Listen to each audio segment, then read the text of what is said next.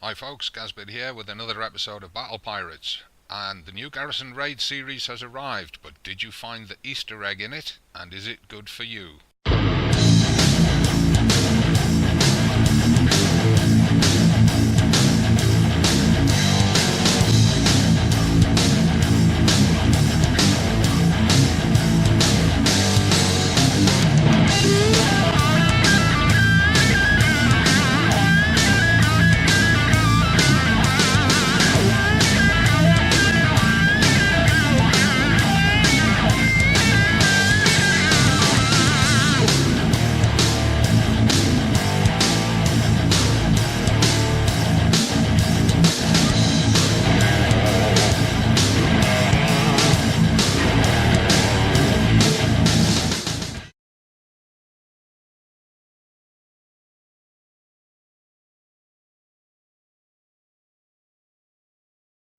Okay everyone, right, what we're going to do now is going to have take a quick look at the fleet that I'm going to use and why I'm using it, and then we're going to go find a target and do it. And just a reminder, I believe this is an Easter egg from Kixeye, in that it's not what's expected and it gives you a lot more than you thought you would get.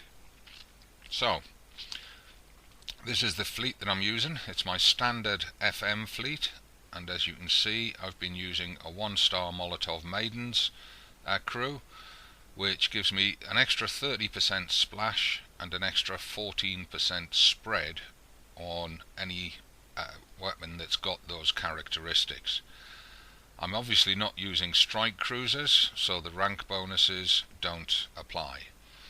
It's only that 30% splash and 14% spread bonus. Now, why am I using a 1-star? Well, a 1-star is a fairly common crew to roll. I could be using a 2-star. The only benefit to the 2-star is that it gives me a little bit of extra time. And if we just have a quick look in my Great Hall, you see the crews that I've got here. Now, the 2 demo squads I've had left over from last raid, and I've not used them this raid. And you can see I've got 5 GM crews. I've not used them at all, but interestingly, this one I rolled about 20 minutes before the raid started in my sector, and these 2 I rolled about 4 hours before the raid started in my sector.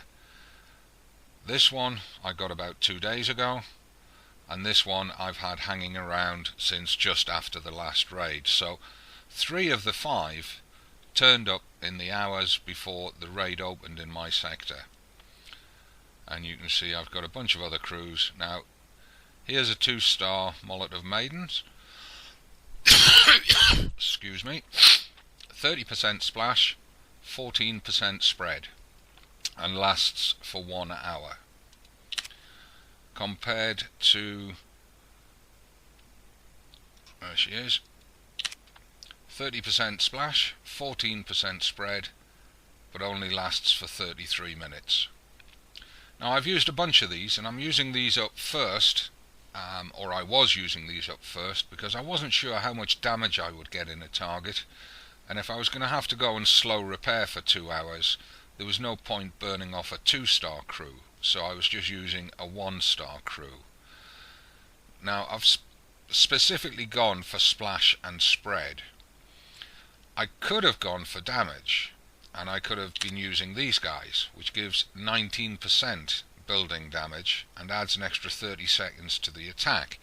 Now, for some people that extra 30 seconds would be very important, because I've seen a lot of comments in the forums that people are timing out in a target, leaving the target, and the target then explodes or reaps itself from the map before they can go back in and finish it.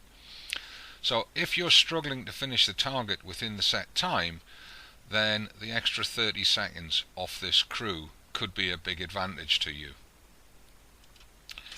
What other crews could I use? Well, I could use the steelheads and get the extra defences, and that would certainly be useful if you're having problems with lag and your ships are getting closer to the turrets than you want them to be.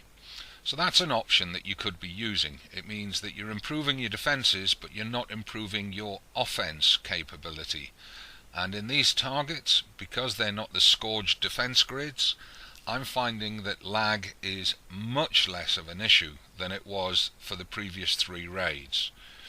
And if I get time, I'll make another video showing the campaigns that are available in this raid and how it absolutely 100% is something wrong with the coding in the scourge targets that causes all the lag that makes your ships uncontrollable. Because I've done a few of them, just to demonstrate that. If we look, oh, it's not going to show me how many I've done of them, but I've done at least one of all 4 of the campaigns, and the only targets that I got lag in were these 2 scourge targets, which were modified campaigns based on the targets from the previous 3 months raids. The Reaver targets, the Uprising targets, no lag. The current Espionage raid, the targets, no lag. But as soon as I went into the Scourge, there we are, you can see how many I've done here, just to prove that I've done some. As soon as I went into the Scourge targets, lag like crazy. Fortunately, the targets are easier in these campaigns than they were in the raids, and there's another factor there, because the total points that I got last night in the first 5 hours, the first 5 hours of Espionage, I exceeded the points that I got in the 6 days of the Hull store last month. And in fact, that's not my full points, because if we go to prizes, you can see I've already redeemed 7 million points for 2 one-day ship build tokens, because I wanted to speed up a ship build so that I could do a modification to a ship which is running at the moment. So I actually had 142.5 million points in the first 5 hours of the raid last night, which is about 13 million more than I got in the full 6 days of last month's raid. And it's all down to that lag. And the lag, as I said, only appears in the Scourge targets. So, anyway, this is my fleet. This is what I'm going to be using. We've got the Harlock Citadel, which is equipped exactly the same as the other Citadels in the fleet. A mix of Judgment mortars and the coaxial Firestorm mortars. Why have I mixed them? Well, it's down to reload time. The mortars on the coaxial reload in 5 seconds and push out a salvo of 3 shells. The damage that they do is a little over 4,000 in each 5-second salvo, whereas the Judgments are a 10-second reload time, and they only do 6,000 damage with 2 shells. However, as we know, if countermeasures are present and a Judgment mortar shell gets shot, it splits into 3 MIRVs, which come down and do just under 5,000 total damage. However, we're still looking at either 5,000 or 6,000 damage on a 10-second reload, whereas the coaxials are doing just over 4,000, nearly 4,500 every 5 seconds. So the coaxials will actually do a lot more damage over a given time, and they also get the bonus for walls and buildings. The other effect of these is that if those pesky Legion ships come in close, then you've got the rockets with a range of 68, which are very, very good against close-in ships.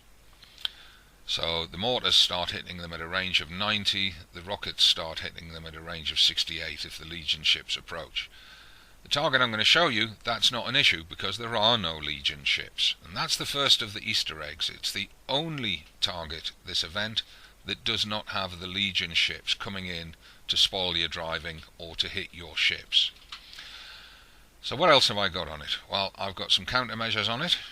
I've got a Gale 3 and a Gale 2, and I've got a Phalanx 4.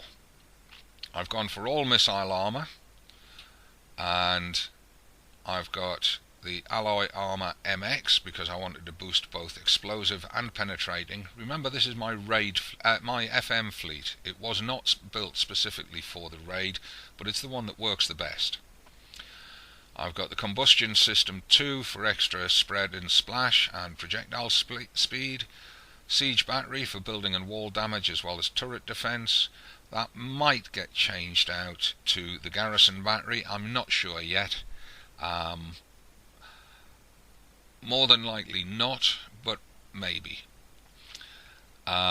Speed System 5 for all its usual stuff.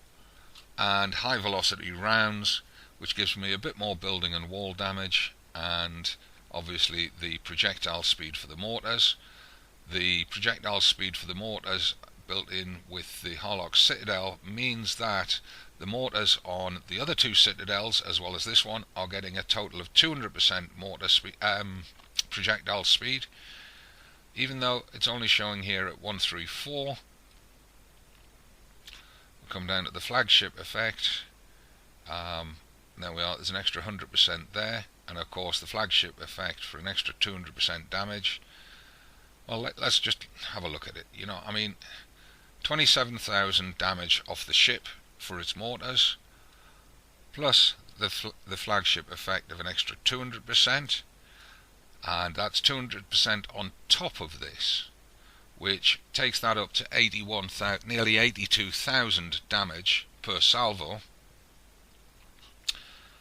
before the building and wall damage, which in theory, and I'm not sure if this is absolutely accurate, means that if every mortar shell landed directly on a turret, then we're doing about 240,000 damage to it. And when we do the target, you'll notice that they do melt very, very quick, even though I've only got 3 mortar chuckers in the fleet, and none of the mortar chuckers have got a full complement of mortars because they're all carrying some antis. So, the other Citadels, just to confirm with you, 3 Judgments, 2 Coaxials, a Gale 3 and a Gale 2, and a Phalanx 4, all missile armour, same set of specials, and again, the base damage stat of 27,300 from a single salvo, building damage at 213%, projectile speed there at 134, and explosive and penetrating defence is very, very high on them, plus the turret defence, plus the deflection. They should not be taking damage anyway because they're a rear line remote targeting ship, but just in case it's necessary to push them forwards, if the tank gets lost, they should be able to handle taking the damage. Now, interestingly, that's quite different to the flagship, because the flagship gets a 50% defense penalty. So in actual fact, if you lose your tank, even though the Harlock was described as being a tank for Citadels, do not push the Harlock forward, push one of these forward, because these do not get the 50% defense penalty. The Punisher, quite an old ship now, about 18 months old in terms of when the hull was released, and you can see I've gone overboard on antis. I've got 2 spotting weapons. One is a coaxial firestorm, which means that it gets a 90 range off the mortar secondary for spotting. Excuse me. Which is not enough in these targets. You need a minimum, absolute bare minimum of 94 to be spotting against the cold snaps. Unfortunately, I don't have time to refit this because I'm using it constantly. I might refit it overnight and put something with a longer range on it, possibly with something with about a 98 range, one of the new launchers perhaps. But I've also got this, which has got a god-awful range of 55 on the primary weapon, so this cannot be used for spotting at all. However, it's on there because it's the only countermeasure that shoots rockets, and the cold snaps are rockets. So even though one trident is not going to knock down the full salvo from the cold snap, it'll knock one or two down, and it might keep the main tank alive. Again, all missile armour, in this case D1M for repair speed, and a fairly similar set of specials. The only one that's really different is countermeasure loaders, which in this case I've used the countermeasure loaders 3 because of the reload boosts to the different weapons. And how does that do? Well, it's claiming a damage of 6,500, which is not really there to be tested. It's a countermeasure ship, and the weapons on it are just for spotting in the FM, not for use in the raid. So the main tank is the Zelos, and again you can see that it's primarily countermeasures. It's got 5 Gale 2s and 5 Phalanx 2s, and with the built-in countermeasure of the hull, I think it's under special abilities, yeah, built-in duality countermeasure, which is quite a good countermeasure. It's enough, shall we say, to take care of the tank. And I've got 4 Quake cannons on it, which have got a range of 50, plus the nuclear accelerators giving the ballistic plus 50% range bonus, as well as combat speed and ballistic accuracy. This gives the ship a range of 100 for spotting, and that range of 100 gives me the wiggle room that if I can't stop absolutely dead on time in front of those cold snap turrets, I can afford to have the whole cold snap turret within my range circle, and it means that the cold snaps don't have the range to shoot back. But obviously I want to be stopping that range circle just as it touches the cold snap to absolutely make sure that there's going to be no fire coming back, because in all honesty the only weapon in these targets that's damaging the Zelos to any extent are those cold snaps. The executioners are barely scratching it, the mines just make it giggle.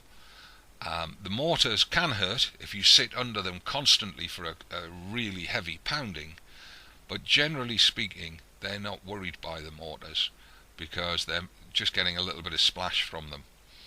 The arc missile, which so many people are complaining about, doesn't even scratch this, and if I can get the ship in the right position when we do the target, I'll show you why. But essentially, when the arc missile splits into its 6 MIRVs and they land in a ring around the Zelos, the splash from them is not enough to reach the Zelos and do any serious damage. On top of which, the defense on the Zelos, it has the 76% explosive defense, the 50% turret defense, and the structure deflection of 700, which means that it's negating probably 99%, if not more, of the damage from the arc missiles, unless one lands absolutely on top of it. Because remember, if they don't actually make contact with the ship, then you're only talking about splash damage. And the further you are from the splash, the weaker the damage is. So the various defense layers on the Zelos means that it's not worried about the arc missile at all. As I said, the only thing that really hurts it are those cold snap turrets, and it's not the cold snap effect that hurts it, it's the actual direct damage from the cold snaps. So just to give you a view on that,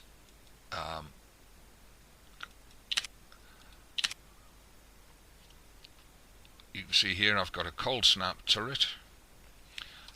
It's base damage is about 7,500.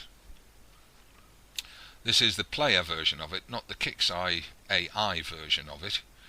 And you can see with various turret specials, I've increased the damage from the turret to 17,500. And it's an explosive damage type. This in no way represents the damage that is being kicked out by the cold snaps in the raid targets, because the cold snaps in the raid target are much more akin to the damage that I'm getting off this thing, which is the Gargoyle Depth Charge. And as you can see, with all its bonuses and boosts, I'm getting 108,000 off that. And that's, you know, with a lot of specials pushed on. And it really does feel as if the cold snaps in the raid targets are behaving more like one of these with all its boosts. So we go back and look again at my Zelos. It's got 16,500 armor points. So it's, by the time you take all the layers of defense and put them in front of that 16,500 armor points, you're probably looking at an effective armor against explosive somewhere in the region of about 60,000. So for the cold snap turrets in the raid to be knocking this down in 1 or 2 shots, then they've got to be throwing out in the region of 100,000 damage. Right, well that's the fleet. That's what we're going to use. We'll just swap this girl out. We'll put a fresh one in. We'll not use the 2-star. We'll stay with the 1-star because it's fairly easy to roll in the Great Hall. Confirm that. So we've got 33 minutes to find the target and to kill it using my Forsaken mission fleet that I use every week. So off we go. Now, it may be that I've got to hunt around to find a target, so you might find a little gap in the video where I've had to edit out a bunch of scrolling about looking for a target. So we're looking for an 89, and this is one of the areas where Kixeye have messed up, because this month you cannot use the locator up under the command center to find the Blitz targets, which you could do in some of the previous raids, and I really do wish they'd retained that feature because it would save so much time.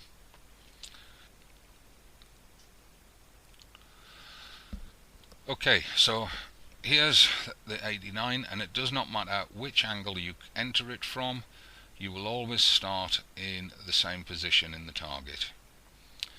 And that's up in the 11 o'clock position once the target loads, hiding underneath your name. And the only clue to that is to have a look at the radar map in the bottom right corner, and you'll see where your fleet is. So here we are. First thing we're going to do is move the fleet to where we can see them. And what I'll try to do is I'll try to keep what I'm targeting as close to the middle of the screen as possible. So the first thing we want to do is we want to get the remote targeting range circle for the mortar chuckers to cover the arc. So we're going to drop them into about there, and we're going to send the Zelos right down here.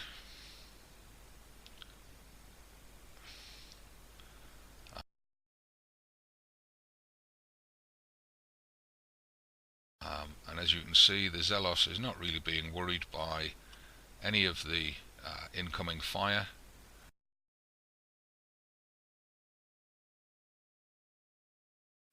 And there, you see that ring? That was the arc missile landing all around it.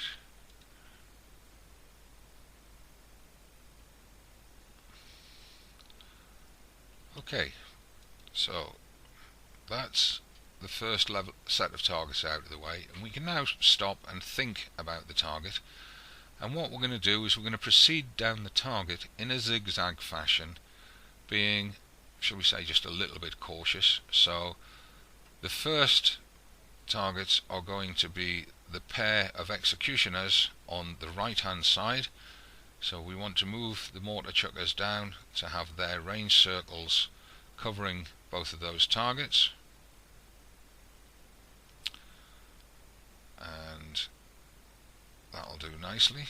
So now we send the Zelos down to about there, and it will target both of them while the mortar chuckers kill out those two turrets.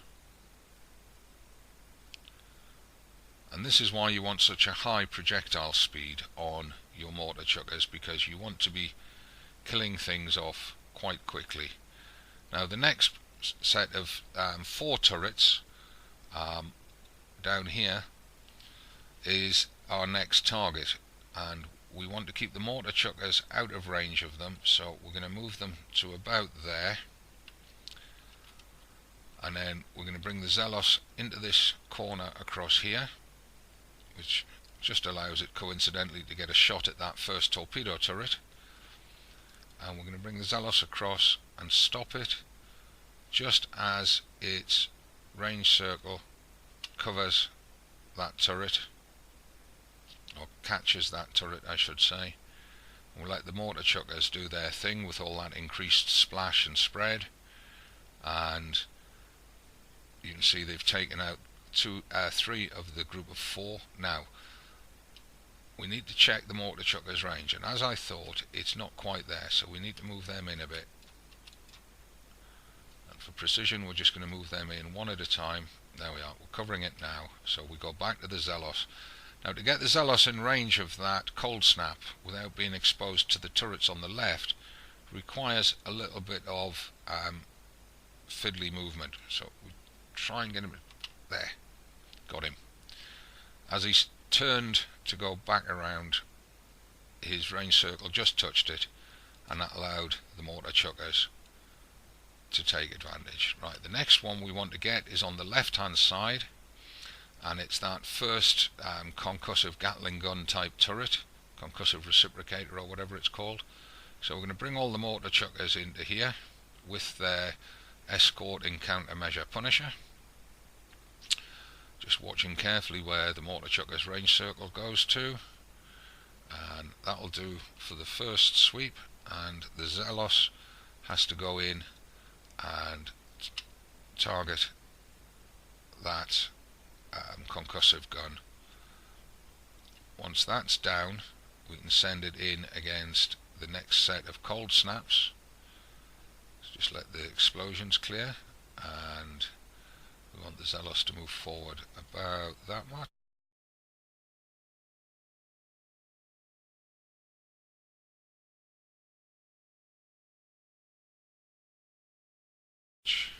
No, a little bit further. That'll do. Oh wow, too far. That was lag kicking in. Now I do not want to be using my short range tanks to take the remainder of those out. Now that was a classic mistake. There was lag going on and my Zelos overshot. The reason I'm getting lag at the moment is because I'm recording the hit, and the recording software uses a lot of CPU power, which makes the targets not as smooth as when I'm playing them without recording. So I'm going to have to use a couple of coins here just to keep the target, and just do an instant on map repair.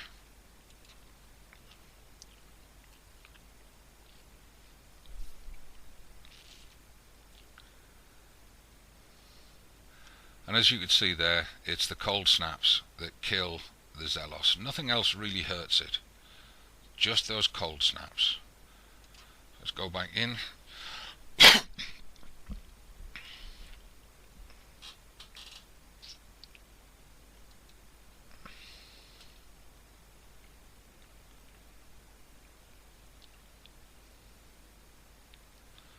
Would it make a difference sending the Punisher in against the cold snaps? No, it would not. I've tried it. The big problem with the Punisher is that it only has a 90 range for spotting, and that's within the range of the cold snaps, whereas the Zelos has a 100 range, and if I can stop it on time, which I didn't on that last attack, then the cold snaps cannot fire at it. And that's the position that we want to be in, is we don't want the cold snaps firing. I'm not worried at all by the executioners, and barely worried about the concussive turrets. It's purely the cold snaps.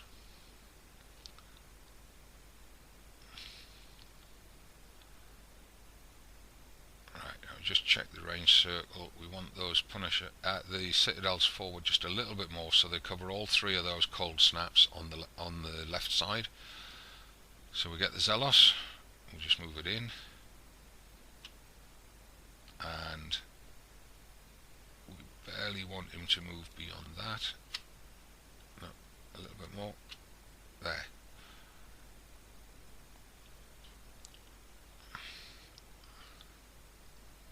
And as you can see, the only thing that's shooting at the Zelos is that Executioner on the next corner, and a little bit of damage off the cryo mine, and he's not really that worried. So what we'll do is we'll just move him forward a little bit to take that next turret.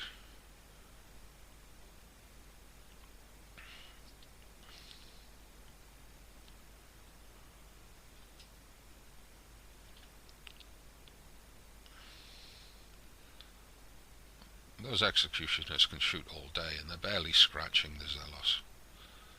Right, so we need to bring the mortar chuckers in a bit.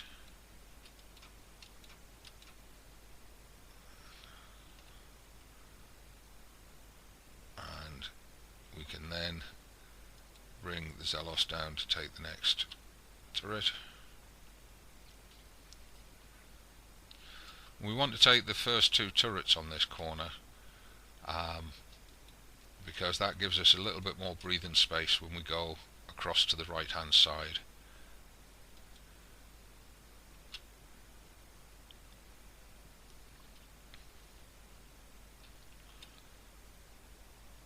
So we now bring those across.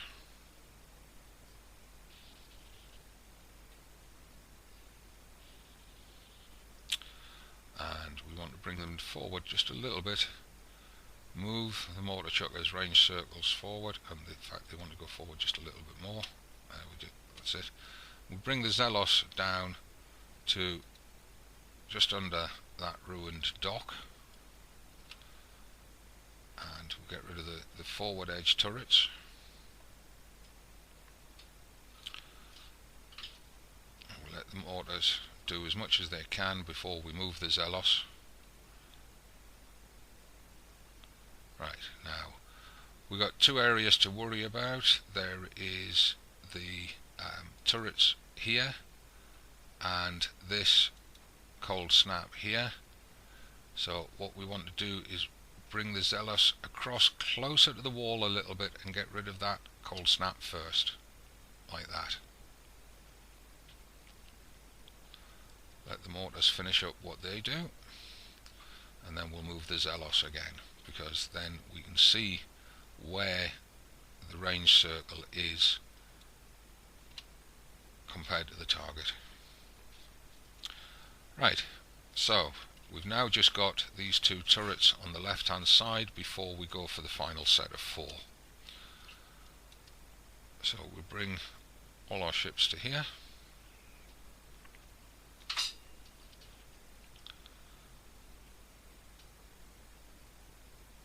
And we'll bring them across so that we don't have to move the mortar chuckers while we're doing this.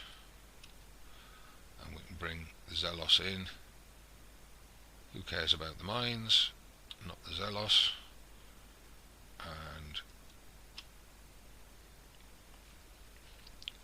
there we are. Right, so the Zelos there. Oh crap, he caught that mine again. And bring the rest of the ships down to here. At this point we're just navigating between the mines to avoid damage. We want to see the range circles though, because we want to know when the mortar chuckers can cover those last 4 cold snaps. And that'll do perfectly. So now we take the Zelos across to the side and we creep down the wall. Now at this point we could pinch the left hand 2 turrets just to be safe in case of any lag making the ship jump, but generally speaking I don't need to, and I want to try to demonstrate it without the pinch. So here goes. Managed to stop him in time, and all we're doing, remember, is providing the spotting for the mortars to trigger. We are not bothered in the slightest how much or how little damage the Zelos itself does. Now the Zelos range circle is just touching the turret on that half damaged cold snap. We don't want to move him forward at all, because it'd be almost impossible to control it that much while I'm recording due to the processor used by the recording software. So I'm going to make him jink towards the wall a little bit, just like that, just to fine control the movement. Now we've got a little bit more leeway on movement to the next one, like that.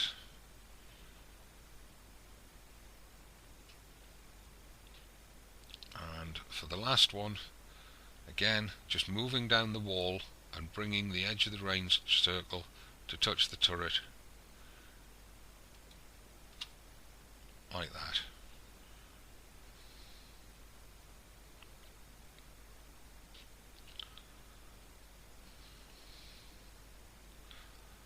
And that's the target done.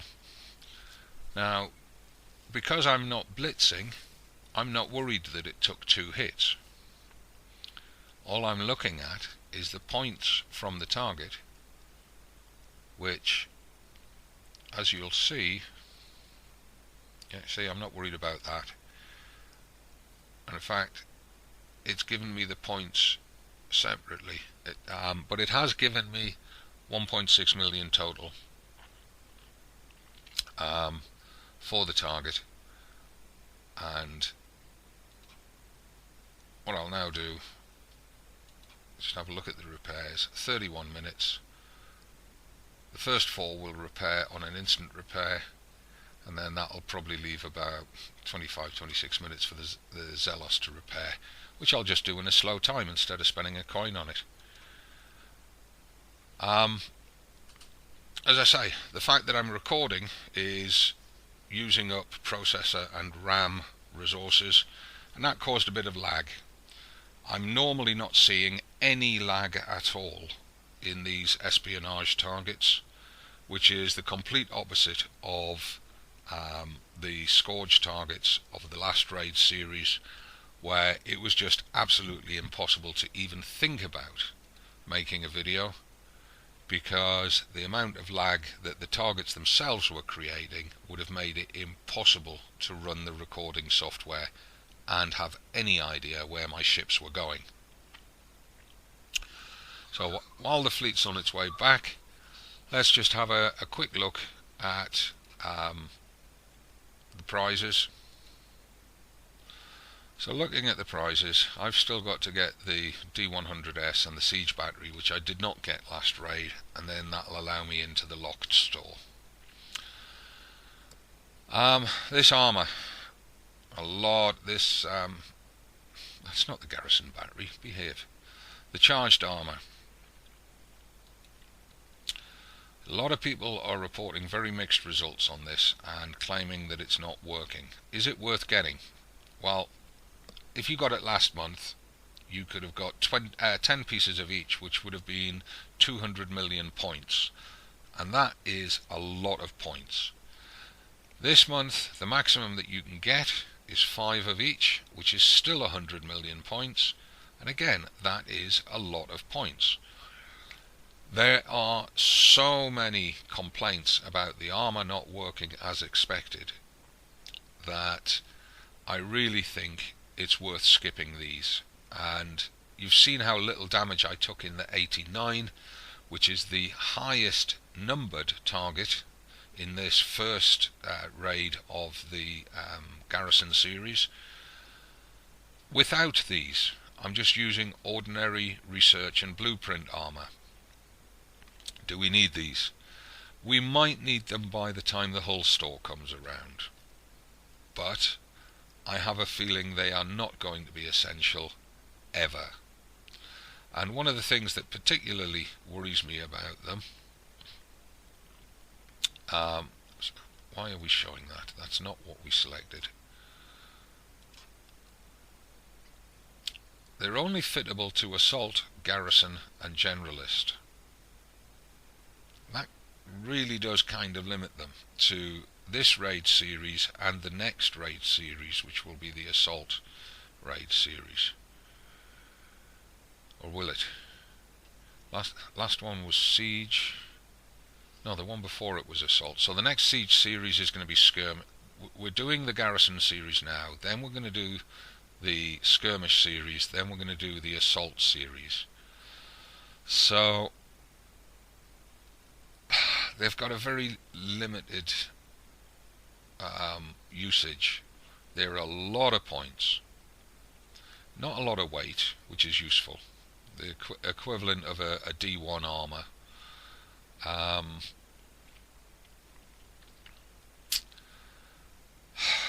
don't know. I'm really not convinced by these armours, and I'm not thinking very much about using them. These ones, however, do have potential.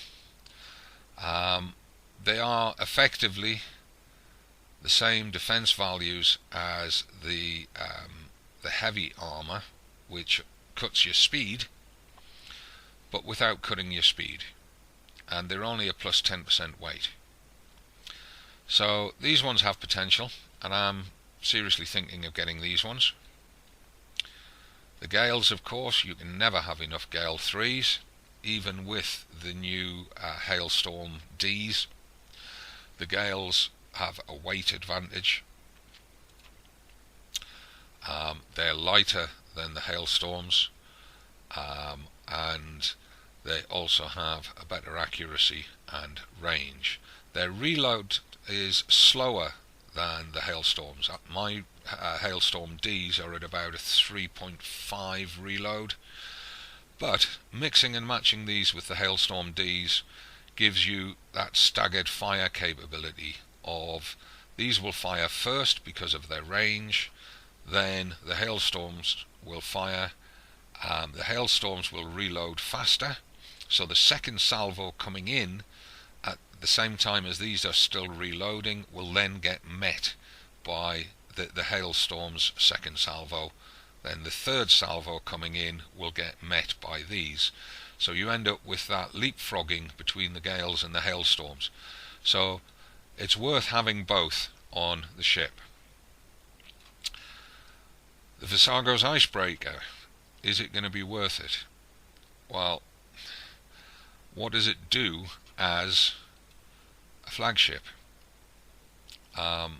It applies a bonus to each icebreaker in the fleet, up to 5 ships, which means that it will this effect will affect itself as well. It has a range of 50, which means that the type of lag-induced scattering of your fleet that we saw in the Scourge raid, you'll still be within range, with a range of 50. That's 2 land tiles distance from this ship. Explosive and penetrative defense of 15% boost, a combat speed boost of 25%, a projectile speed boost of 10% is always useful, turn speed 25%, so combat speed and turn speed 25% boost, very useful on the icebreakers. A rocket reload of 10%, well, they are touted as a rocket ship, and it makes them cold snap immune. Now that's the cold snap effect, not the cold snap damage. So the ice effect that slows your ship down doesn't affect these, but the damage from the cold snap turret certainly does. Field and slow resistance 75%. The bloodthirst only applies to this ship. Duplicate aura cap 1, so this will only apply to this ship. You can have up to 20 stacks of it. You get a bloodthirst off every kill, stacks per kill 1.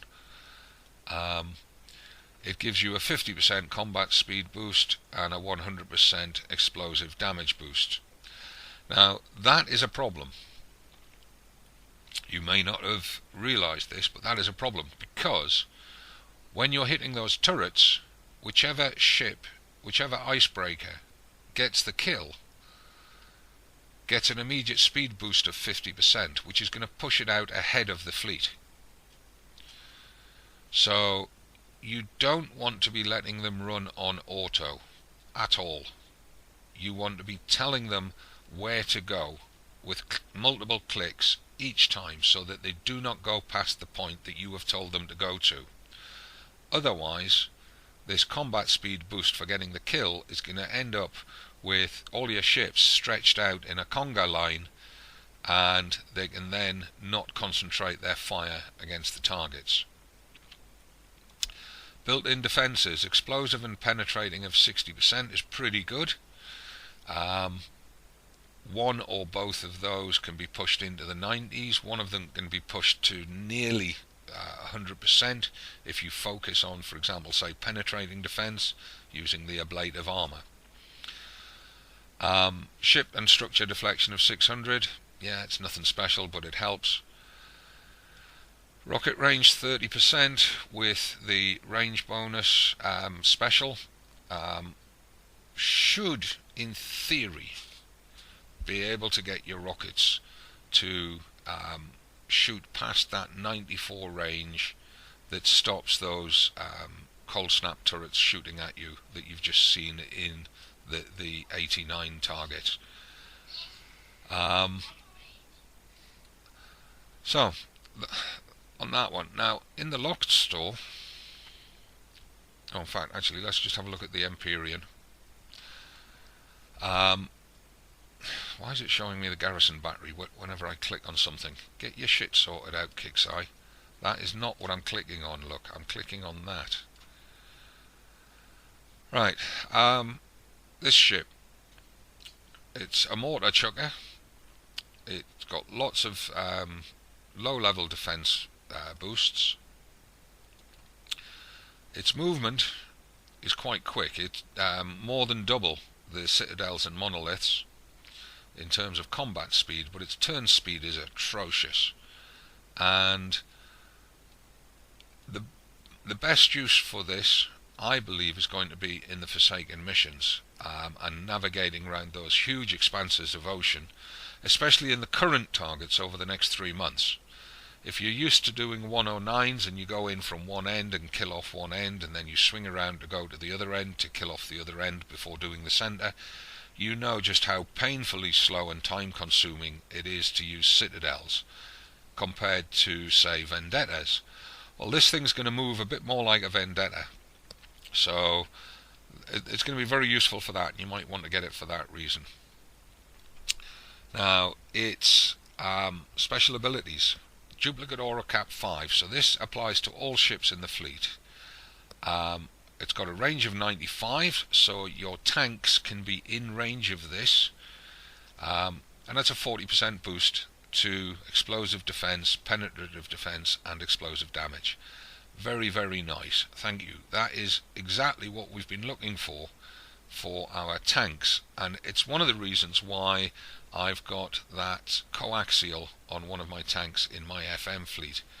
I'm looking to replace the Citadels with Empyreans and gain those bonuses. The other strange one, this is only applied to Zeloses, and you can, it's applying to 5 ships.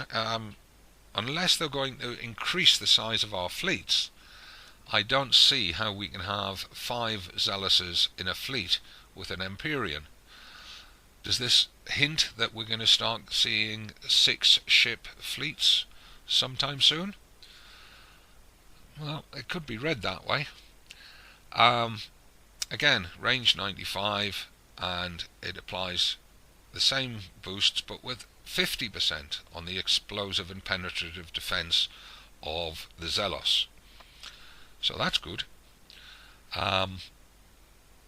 These are going to not greatly change the meta on how we do the FMs, particularly over the next 3 months with the current targets. But we're going to have 3 months of the current raid series to practice with them and figure out how best to use this so that our tanks are taking even less damage than they normally do. The monolith, Gridiron's monolith, at 40 million, I'm wondering if this is a bit of a white elephant. After all, this is really just an upgraded Citadel. Mortar chucking range, you got the projectile speed of 100%. There's no remote mortar range on this ship unless it's under special abilities. Let's have a look. Applied to each monolith. Range 59. Mortar critical chance splash. Resonance structure. No. Cold snap immune. Combat speed. No. This is not a remote mortar chucker. This is much more like a countermeasure ship, as it says in the description, of course. This is just a countermeasure ship to sit in with your mortar chuckers. So in the case of the FM fleet I've just used to do that 89, this, if I was using monoliths instead of citadels, this would be in there in place of the Punisher. This would be replacing the Punisher as a close defense countermeasure ship. But with its various boosts and stuff, it may be possible to use it midway between the mortar chuckers and the tank, providing extra coverage for the tank. But that's only going to work in targets like this current raid series where your tank and your mortar chuckers can stand still, because in the FM, particularly in the 109s, my Zelos never stands still. It's always on the move. So, some thoughts on how to use that one there. If you haven't got this one, get it. It's essential. And at 6 million, it's an absolute steal. Get it. You'll find that your mortar chucking changes phenomenally just by having this. The same way that the Zoe's Vendetta changed the way that the Vendettas are used. So what have we got in the locked prizes? Oh, we've looked at them, sorry. I'm going stupid. It's old age, senile, don't worry about it. So, that's how I do the 89. And to me, the 89 is the Easter egg in this raid. It's the easiest target of any worth in the raid. There are no Legion ships to mess you up. All of the bits that you have to kill are laid out in nice, easy, logical steps going down through the target. You know, you kill this, then you kill that, then you kill that, then you kill that, all the way down. And the target is small enough, with few enough turrets and stuff, that you can just take your time, progress through it logically, and do it piece by piece. You can easily do it in one hit, provided you don't get messed up by a bit of lag, which, as I've explained, in this case, which when it happened to me, it's because I'm recording the video, and the recording software is using a lot of processor and RAM, which meant that I was getting lag in the target. Anyway, I hope you've enjoyed that. If you disagree with anything I've said in the video, leave a comment down below. hopefully it's been useful enough that you'll give it a like or subscribe to the channel, and look forward to presenting you with further videos in the future. Subscribing keeps me making recordings, so if they're useful, please do subscribe. Thanks for watching. See you again soon.